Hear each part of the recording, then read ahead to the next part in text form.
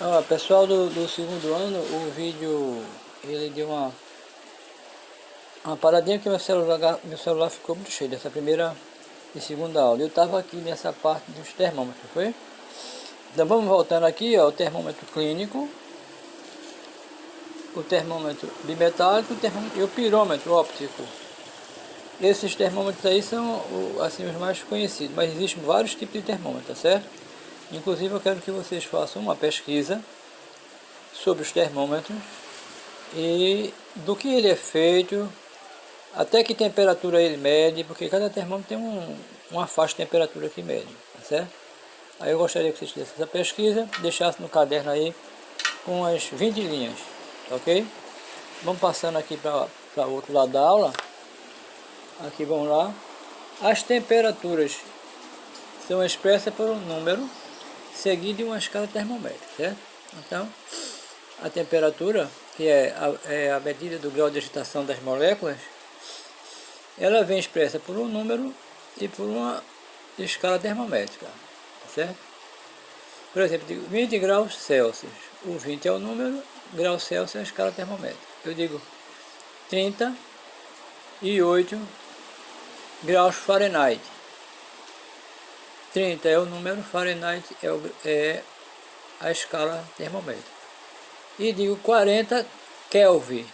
Não bota grau, bolinha de grau não. 40 Kelvin. O Kelvin não tem a bolinha do grau porque o Kelvin é a escala absoluta, ela começa do zero. No Kelvin não tem temperatura negativa, certo? Então, como não tem temperatura negativa, não tem a bolinha do grau. A bolinha do grau ela é relativa e a Kelvin ela é absoluta.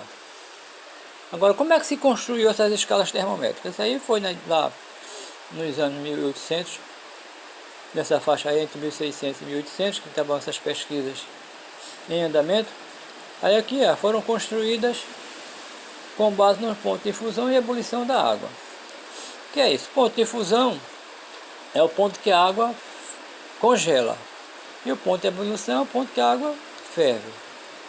Celsius fez o seguinte, ele escolheu o 0 grau para o ponto de fusão e o 100 grau para o ponto de ebulição. Então ele fez uma escala com 100 divisões, cada divisão 1 grau. Já Fahrenheit, ele dividiu a escala dele em 180 partes. Para o ponto de fusão, ele pegou o número 32. E para o ponto de ebulição, ele pegou o número 212. Então, de 32 para 212, tem 180 divisões. Cada grauzinho desse. E a escala Kelvin, Lord Kelvin, ele pegou o ponto de fusão do gelo, ou o ponto de congelamento, 273 graus. E o ponto de ebulição, 373. Então, ele fez a divisão dele em também 100 partes. Também uma escala centígrada.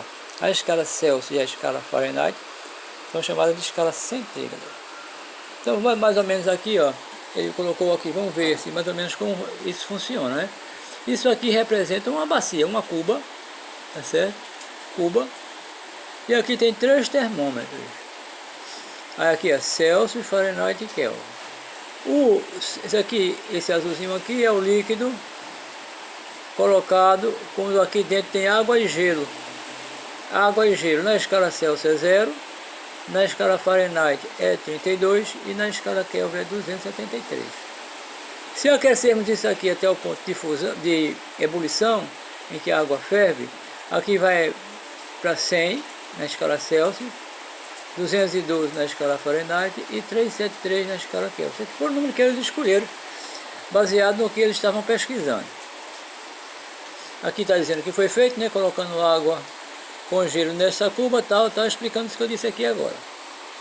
Então, ó, você tem uma mesma temperatura, mas expressa por vários números diferentes.